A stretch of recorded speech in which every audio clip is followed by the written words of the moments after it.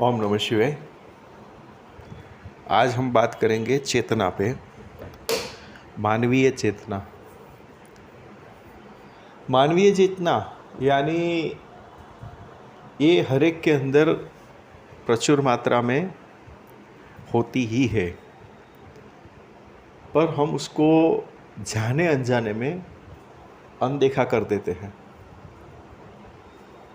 देखिए, ये मानवीय चेतना जो है वो जो लोग चक्र के बारे में जानते हैं या चक्र के ऊपर अभ्यासु है या चक्र के ऊपर काम कर रहे हैं, योग कर रहे हैं या कसरत कर रहे हैं या कुछ भी कर रहे हैं, उसको ये मानवीय चेतना के बारे में जानना बहुत आवश्यक है।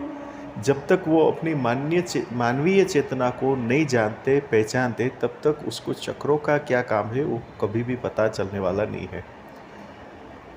जो चक्र है, हालांकि मैंने आगे भी बताया, फिर से बता देता हूँ कि हर एक मानवीय जीवन के अंदर उसके जो चक्र है वो एक्टिवेट ही है। वो अलग बात है कि कितने ज़्यादा एक्टिव है या कितने कम एक्टिव है, वो डिपेंड करता है बहुत सारे फैक्टर पे। उस पर हम नहीं जाते क्योंकि अभी हमारा बात चल रहा है मानवीय चेतना पर। अगर मानवीय चेतना को हमने जान लिया तो फिर वो हमें बहुत ही अलग अलग तरीके से सहायभूत बन सकते हैं हमारे जीवन के अंदर प्रगति के पथ पर। अच्छा, ये मानवीय चेतना होती क्या है, इसके बारे में सब लोग जानते तो है पर उसको पहचानते नहीं है। मानवीय चेतना यानी उसका दूसरा नाम है या स्वरूप है या अनुभव है, उसको हम आनंद बोलते हैं। इसके बारे में भी मैंने आगे कहीं जगह पे बताया है कि आनंद अगर आप प्राप्त करो या वो चीज़ करो जिससे हमें आनंद मिलता है। अभी आनंद का मतलब वही, जैसे आप समझ रहे हो, आज का जो बात है बाहरी आनंद ढूंढने की जो प्रथा चली है, उसके बारे में हम कभी बात नहीं करते। आंतरिक आनंद की बात करते हैं। जब आंतरिक आनंद बढ़ता है तो बाह्य आनंद भी छलका उसका दिखता है, यानी कि हम जो शरीर है हमारा, उसके ऊपर उसका प्रभाव दिखता ही है। अच्छा, ये चेतना क्या है? चेतना जो है, या तो हम बोलेंगे उसको मानवीय चेतना। मानवीय चेतना क्या है? या तो उसका स्वरूप क्या है या तो उसका अनुभव क्या है। तो सीधी भाषा में बोला जाए तो वो एक सेतु है या तो योग है, जो सुपर पावर बोलिए या गॉड बोलिए, भगवान बोलिए। जो कई कई लोग बोलते हैं ना कि भगवान किसने देखा किसने देखा, यही तो है। आप चेतना को जान लो तो वो आपको सब कुछ परिचय करा देगी।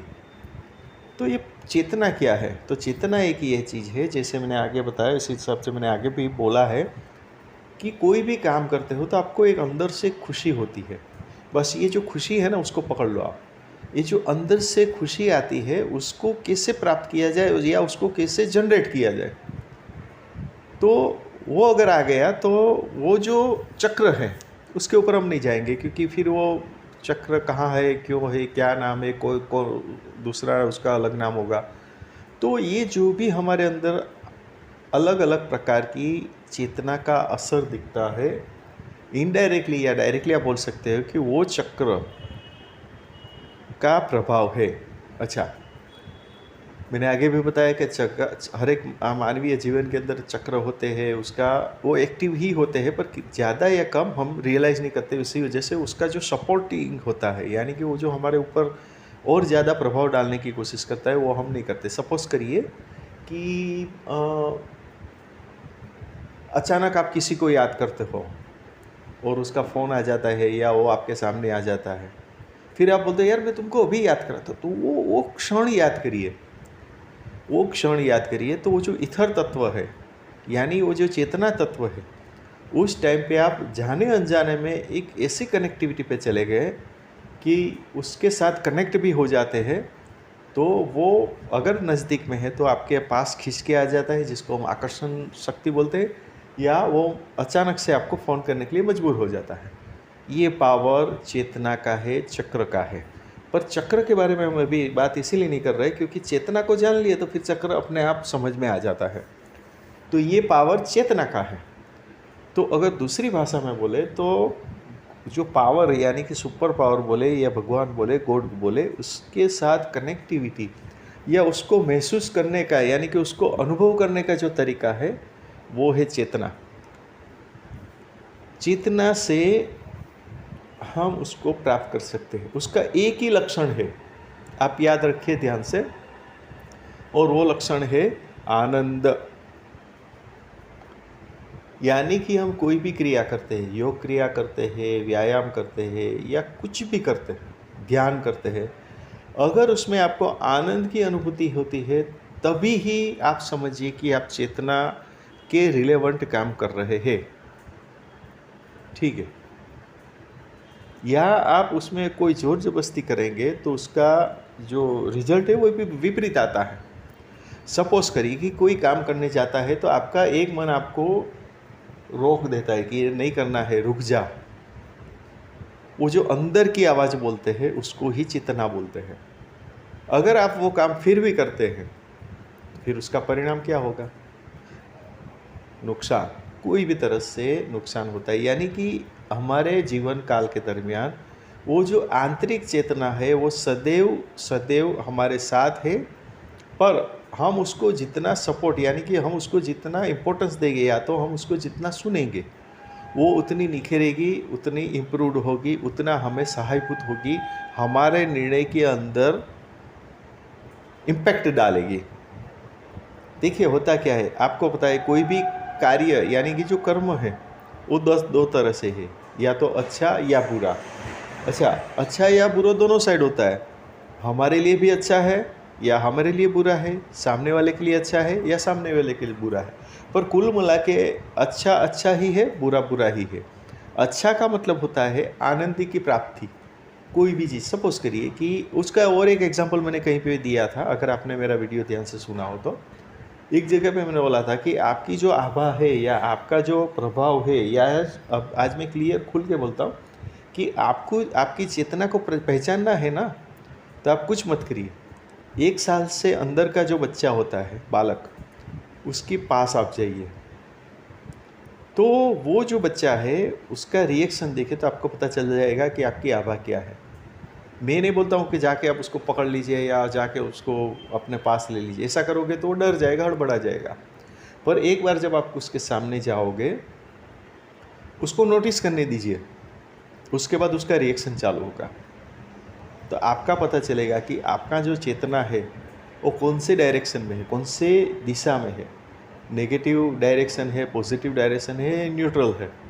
वो बच्चा अपने आप उसका जो एक्शन रिएक्शन होगा उसके माध्यम से आप जस्टिफाई कर सकते हो अपने आप को।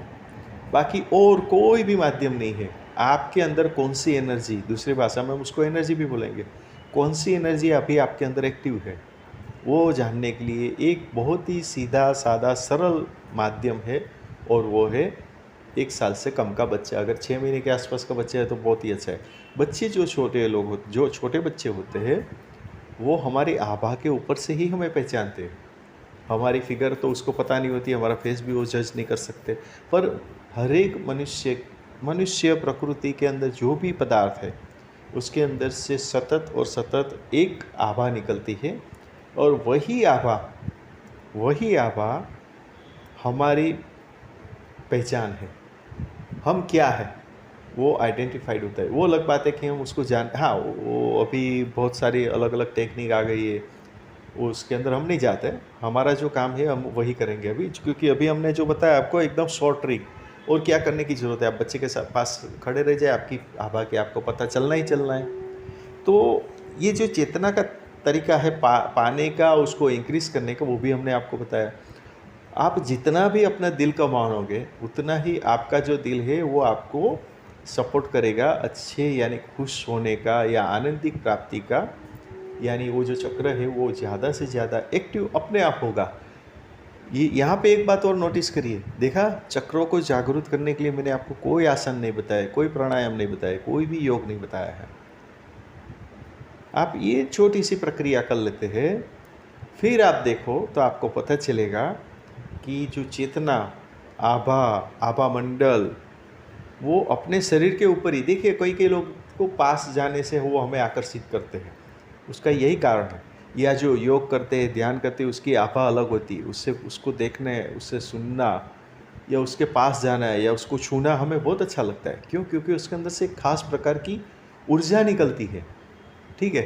तो ये सब बातें इसमें अगर बोला जाए तो दिनों के दिन कम पड़ेंगे। अगर समझ जाए तो यही एक जो छोटे-छोटे एग्ज़ाम्पल दिए वही काफ़ी है। आप अमल करिए, उसके बाद आप कमेंट भी करिए ताकि हमें पता चले कि आप कहाँ तक पहुँचे, क्या-क्या आपको इसके अंदर परिणाम मिल रहे हैं। तो आशा करता हूँ कि आज का ये टॉपिक है वो भी आपको अच्छा लगा होगा। ओम नमः शिवाय।